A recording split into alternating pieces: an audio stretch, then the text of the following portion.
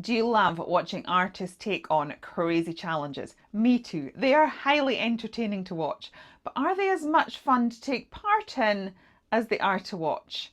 I'm about to find out. So, I was just sitting, enjoying watching one of my favourite YouTubers when I heard this. And see how much art you can make. You could do it in a colouring book, an art prompt book, whatever you like. And next up, taking part, I'd like to tag Courageous Painting, Doodle Date, and Julia McNeil Crafts. I can't wait to see you guys take on this challenge. Not gonna lie, I am incredibly nervous about this one. I don't tend to draw quickly, come up with ideas quickly, do anything in life quickly. So this should be fun. Also, the rules state that I'm not allowed my heat gun. That is like essential when doing these sort of challenges. I feel like we're giving you this crazy challenge and we're putting one arm behind your back. So no heat gun. I am opting for some different products that I think will work. So I am going to try the tempera sticks. I keep saying tempura, but you know, that is not, we're not frying anything. Basically, these. We're going to use these. We're going to use acrylic markers, pencils, and seeing as we're in children's supply mode, why not pull out the crayons as well? Those are the supplies I'm thinking about using. So I'm going to have to stop waffling and putting this off, and let's actually do this thing. Okay, we're really starting. Why am I so nervous? Okay.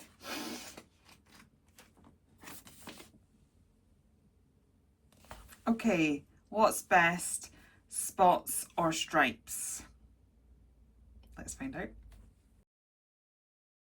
Thankfully for this prompt, an idea came fairly quickly. I can tell that at the beginning of this challenge I'm quite tentative. I sort of go in with a sketched line first. But I thought of bumblebees and ladybugs because we have the spots v stripes, and these are kind of in my comfort zone. I draw bumblebees and ladybugs quite a lot. Not quite as poorly as I've drawn these ones, but you know, I am fairly familiar with them. So I quickly put down a layer of acrylic markers, as you can see with the very grey cheek that we've got on the bumblebee, failing to take into consideration the drying time. Maybe I should have gone with the tempera sticks, but I've got a gorgeous pastel collection of that and I didn't have the bold colours, hence why I opted for the acrylic markers. So yeah, Fast and Furious, this was a reasonable start, felt okayish at this particular point in time, and I just sort of added like a doodly edging. This sort of develops, this style develops more as we go, just to finish it off.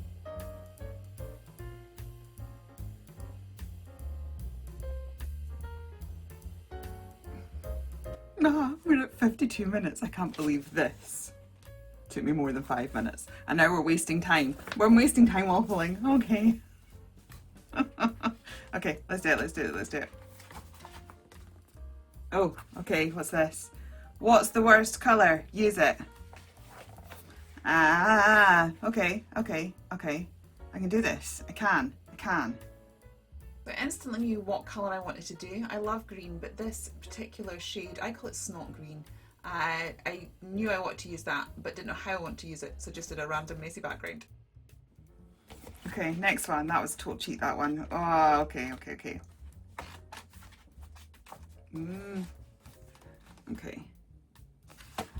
Why so big? Draw something bigger than you. Yeah, I can do that. What's bigger than me? Well, lots of things, even though I'm really tall. Anyway, we don't have time for this. Chit chat. Despite the fact there are many things in this world that are in fact taller than me, I ended up going for a tree. Trees do tend to be my comfort zone when it comes to drawing. I quite often swatch in by drawing trees and things like that. So it seemed like a good option. Plus it meant I could play with these tempera sticks, which I've just got and are new to my stash, and dry incredibly quickly. I did sort of start off using crayons, but I didn't really like how that looked, so that's why I added the acrylic marker. Didn't really like the edging of how the tree went in, so I actually go over with marker dots as well, just to finish that off. And again, we finished with doodles. Okay, so we are 3 down. We're at 43 minutes left to go. Not my best artwork, but I do love drawing trees, so that was good. Right, okay.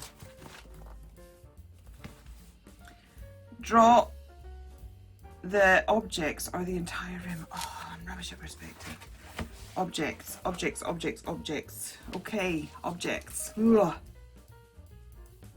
Initially, I kind of felt a bit overwhelmed by this one, but there wasn't time to overthink it, and my table was full of art supplies, so I decided just to draw them. And so this is some very dodgy looking temper sticks, acrylic markers and crayons.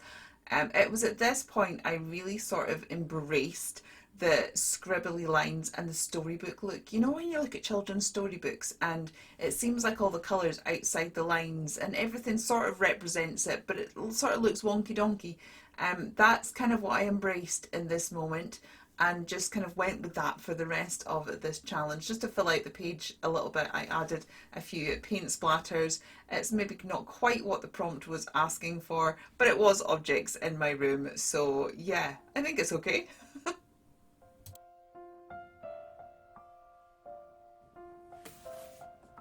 Okay, so we're at 35 minutes. We've got 25 minutes to go. We've done, what have we done? 4. Okay, so when it is stormy, draw what makes you think of bad weather. Okay, let's do that then. My initial thought on this one was that the sky needs to be grey. In hindsight, I kind of wished it had gone dark, like black or something, but that maybe would have been more time consuming, so it is what it is. I also got very distracted as I was doing this one because my husband decided to come down to the studio. He'd just been to the opticians, so he decided to come to the studio and tell me all about his visit, which I found somewhat distracting because I was trying to focus on what he was saying and focus on the art. Also, I've really discovered that scribbly biro lines are your saviour when it comes to things like this. Making things look deliberately loose and scribbly and messy just seem to really work. I also add lots of diagonal lines because I come from Scotland and the rain quite often goes sideways.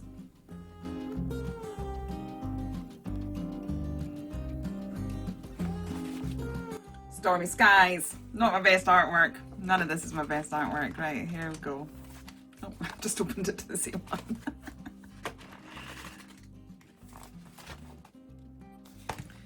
What's on TV? Draw a memory that stuck with you. I kind of want to draw the tree again. Oh, what have I ever watched as a child? Who knows? I don't know. Where's my pencil? Okay, let's do something.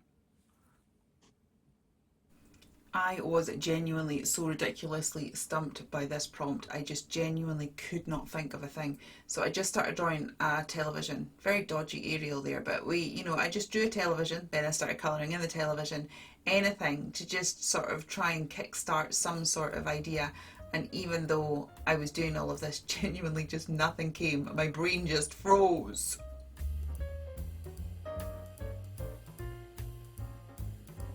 I still do not know what to put inside the TV. Like, my brain is just going, yeah, what goes in the TV? Oh my goodness, I can't think. I didn't have a TV growing up.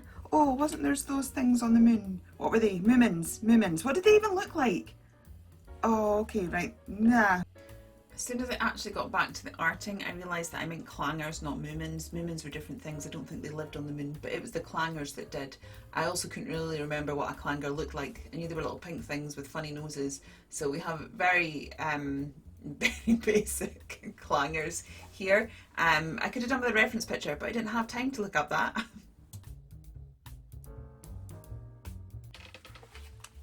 Clangers. They don't look anything like them. I can't even remember what clangers look like. Okay, 18 minutes left. I thought I was going through this book logically, but I seem to have kind of got near the end. Right, come on. So we're just going wherever. Right, what's this?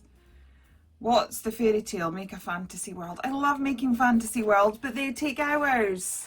Okay, we can do this. Can we do this?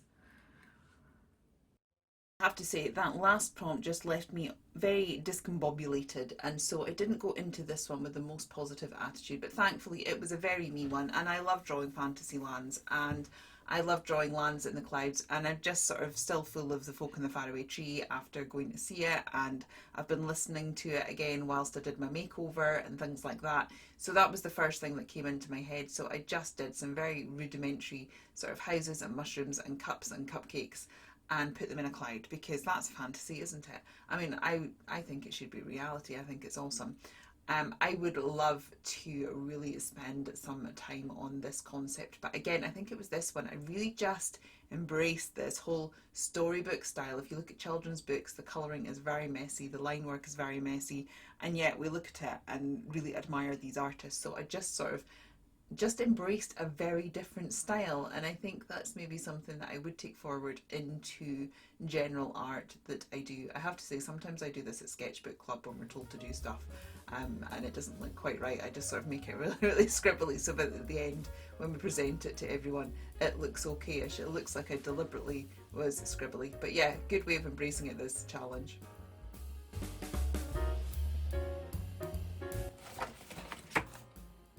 Fantasyland.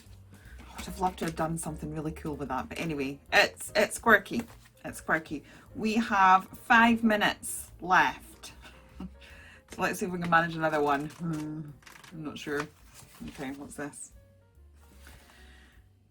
Hatched from these eggs, does it have feathers, or maybe it's something scaly? Okay, let's see what we can do in 5. I didn't really end up going for something that was either scaly or feathery. During Peachtober, for the prompt hatch, I sort of did this sort of fantasy seedling thing, hatching out of an egg, and I kind of just did a very rough version of that. So yeah, that's kind of what I did, and I was just using the tempera sticks and having a little play with them, and sort of embrace. I kind of knew I only had 5 minutes on this one. I had to be quick, and I just genuinely embraced this. But I think by this stage in the challenge, you're kind of going with the flow a bit more. I need to get white eyes in. Come on, let one of the whites work. Oh, come on, come on, come on, come on, come on.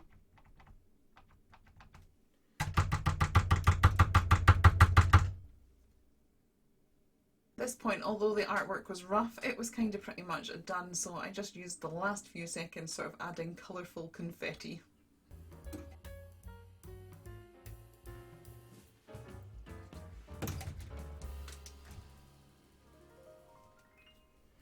Done. Done.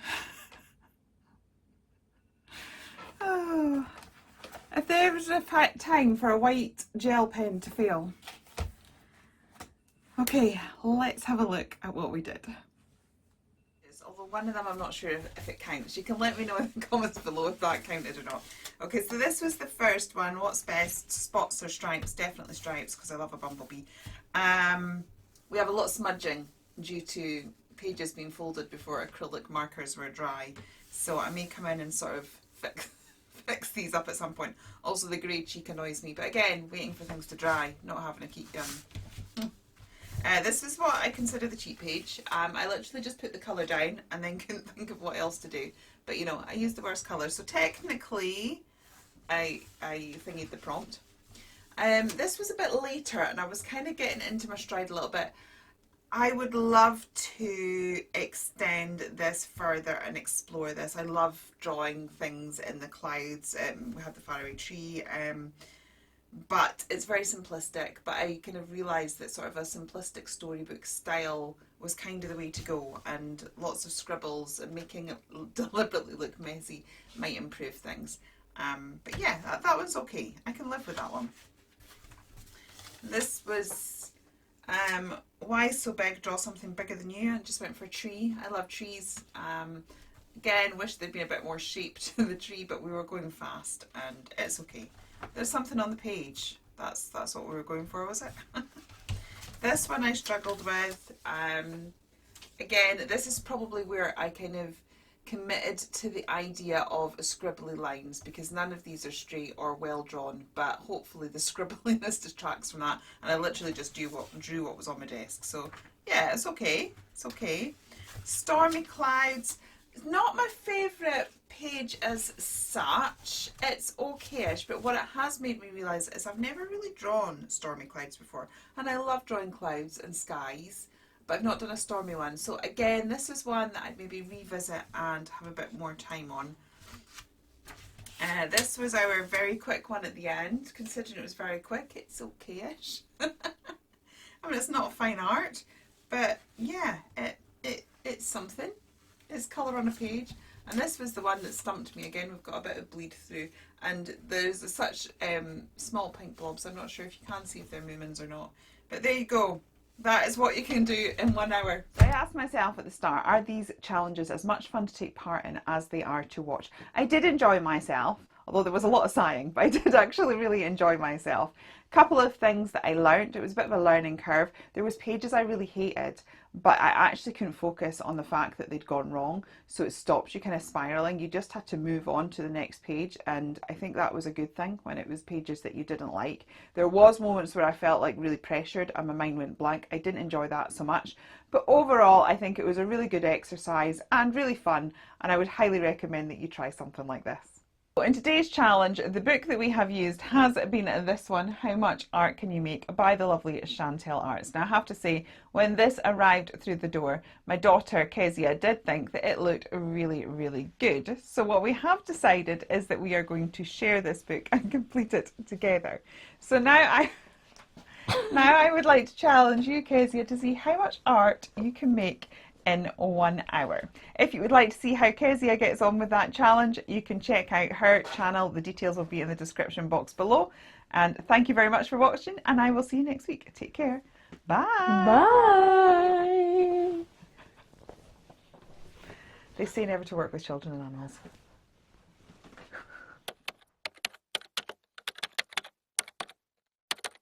So.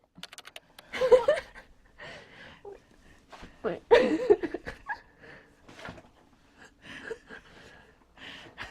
That's weird. Just trust my vision. Please do tune into her channel. Details will be in the description box. Right, that's weird. Not shaking your hand, but you start again.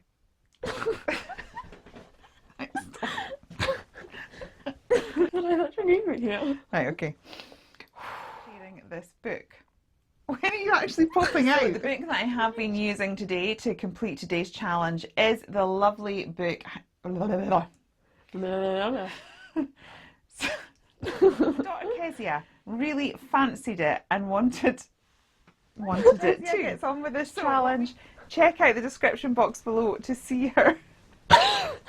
They say never work with children and animals. To see. So the you need to stay silent because you're going to next week. Take care. Bye. Except you didn't put your head in the screen. You need to go that way. Right, okay. So many outtakes.